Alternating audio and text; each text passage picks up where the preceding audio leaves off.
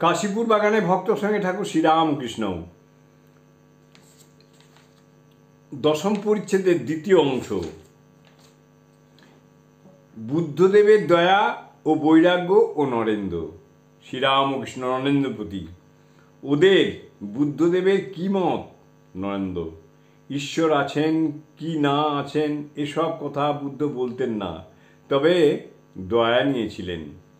একটা বাজ পক্ষী শিকারকে ধরে তাকে খেতে যাচ্ছিল। বুদ্ধ শিকারটির প্রাণ বাঁচাবার জন্য নিজের গায়ের মাংস তাকে দিয়েছিলেন।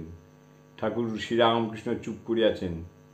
নরেন্দ্র উৎসাহের সহিত বুদ্ধদেবের কথা আরও বলিতেছেন। নরেন্দ্র: কি বৈরাগ্য! রাজার ছেলে হয়ে সব ত্যাগ করলে।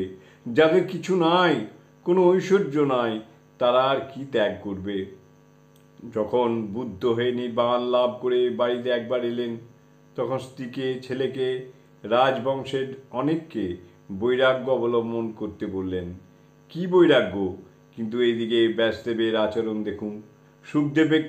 সুখদেবকে বারণ করে বললেন, পুত্র, সংসারে থেকে ধর্ম করো।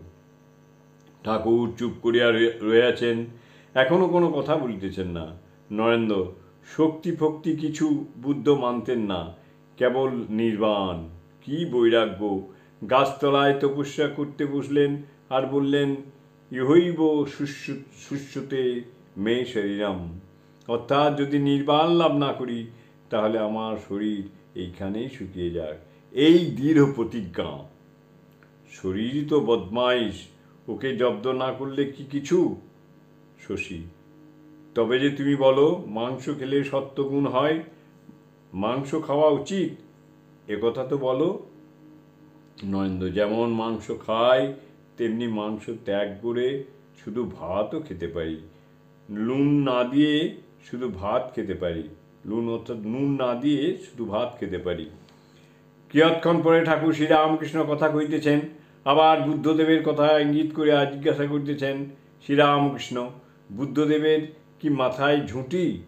নরেন্দ্র: আজ্ঞা না, রুদ্রাক্ষের মালা অনেক জড়ো করলে যা হয় সেই রকম মাথায়।